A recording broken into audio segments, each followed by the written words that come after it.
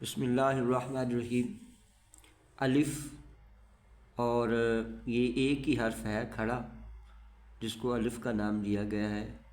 اور یہ واحد ہے، اکیلا۔ واحد یعنی اکیلا ہے، یہی لفظ کھڑا ہوتا ہے۔ حروف تہجی میں پہلا حرف الف ہے اور یہ کھڑا ہوتا ہے۔ اس کی باقی جتنی صورتیں بھی ہیں، صورت تو اس کی ایک ہی ہے، یہ آپ دیکھ رہے ہیں، اور اس کے ساتھ یہ 5 قط کا اور چھوٹا جو ہے وہ 3 قط کا،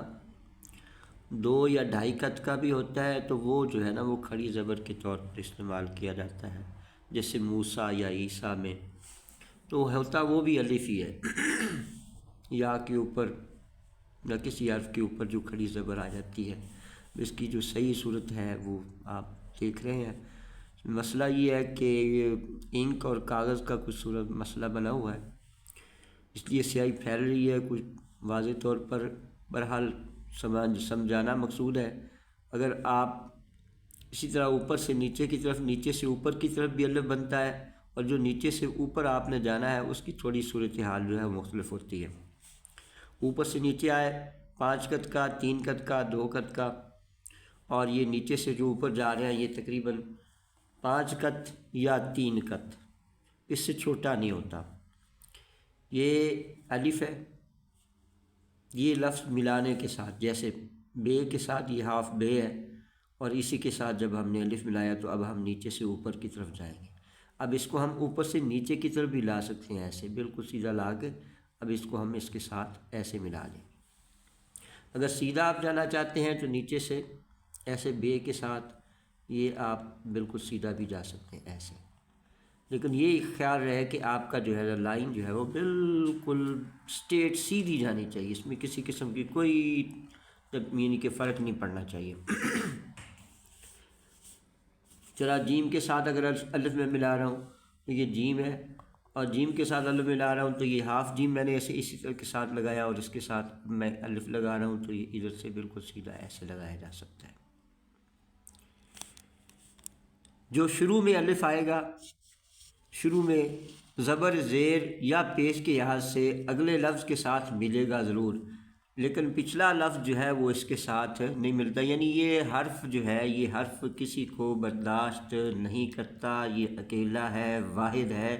اور یہ اس پروردگار کی شان ہے کہ اس نے اپنے ساتھ کسی کو الف میں بھی شریک نہیں ٹھہرایا ہے، وحدہ لا شریک ہے۔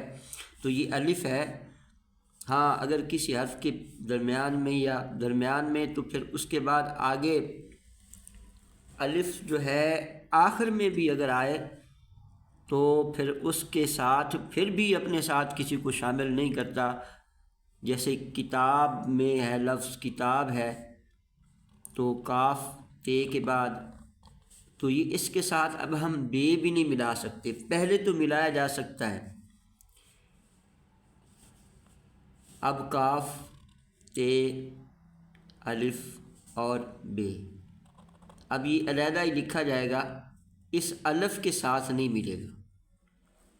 الف شروع میں بھی اکیلا ہے، درمیان میں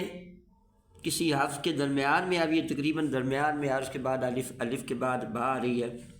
تو یہ الف پھر بھی اکیلا ہی ہے۔ تا کے ساتھ ہے کمبینیشن ملا ہوا ضرور ہے، لیکن اپنے ساتھ اگلے حرف کو جو ہے وہ اپنے ساتھ نہیں ضم کرتا، بلکہ وہ علیحدہ لکھا جاتا ہے، یہ علیحدہ لکھا جاتا ہے۔ تو بے الف کی جو صورتیں بن گئی ہیں وہ آپ کے سامنے، یہ اب یہ موسیٰ لکھ کے دیکھ لیتے ہیں۔ موسیٰ یہ بھی الف کی صورت ہی ہے، یہ اس کے اوپر ہم کیا ہے ایک کھڑا زبر لائیں گے، اور یہ الف کا ایک چھوٹا سا یعنی 2 قط کا یا 1.5 قط کا الف ہے، موسیٰ بن جائے گا۔ اسی طرح عیسیٰ بن جائے گا، عیسیٰ، یعنی یہ ہے عبرانی لفظ عیسیٰ۔ اسی طرح یہ ابراہیم ہے یا اسماعیل ہے، تو یہ حروف بھی اسی طرح عبرانی زبان کے ہیں، ان پر الف یعنی کھڑا زبر کی صورت میں جو ہے وہ موجود ہے۔ تو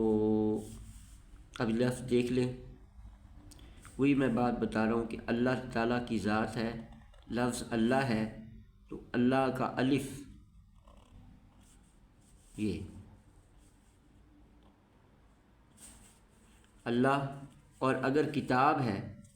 وہ میں نے پہلے لکھ کر آپ کو بتایا ہے، پھر لکھ لیتے ہیں، کتاب ہے تو یہاں پر بھی الف ہے ضرور، لیکن اپنے ما بعد حرف سے علیحدہ، اپنے ما بعد حرف سے علیحدہ ہی ہے،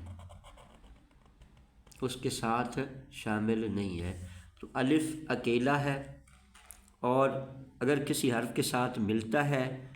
تو درمیان میں ملتا ہے، شروع میں اگر آتا ہے تو وہ اکیلا ہوتا ہے، کسی کے ساتھ ملتا ہے تو درمیان میں ملتا ہے، درمیان میں ملنے کے بعد پھر اپنے ماں بعد کوئی بھی اس کے بعد کوئی حرف ہو تو اس کو اپنے ساتھ ضم نہیں کرتا، بلکہ اپنی حیثیت اکیلے کی وہ وحدہ لا شریک کی طرح اپنی برقرار رکھتا ہے۔ تو اس طرح یہ آج کا سبق جو ہے نا الف کے متعلقہ جو میں نے آپ کو بتایا ہے یہ مکمل ہوتا ہے۔ انشاءاللہ اگلے بے کی صورتیں جو ہیں وہ ہم پھر اگلی ویڈیو میں آپ کو بتائیں گے کہ بے کو کیسے لکھا جاتا ہے۔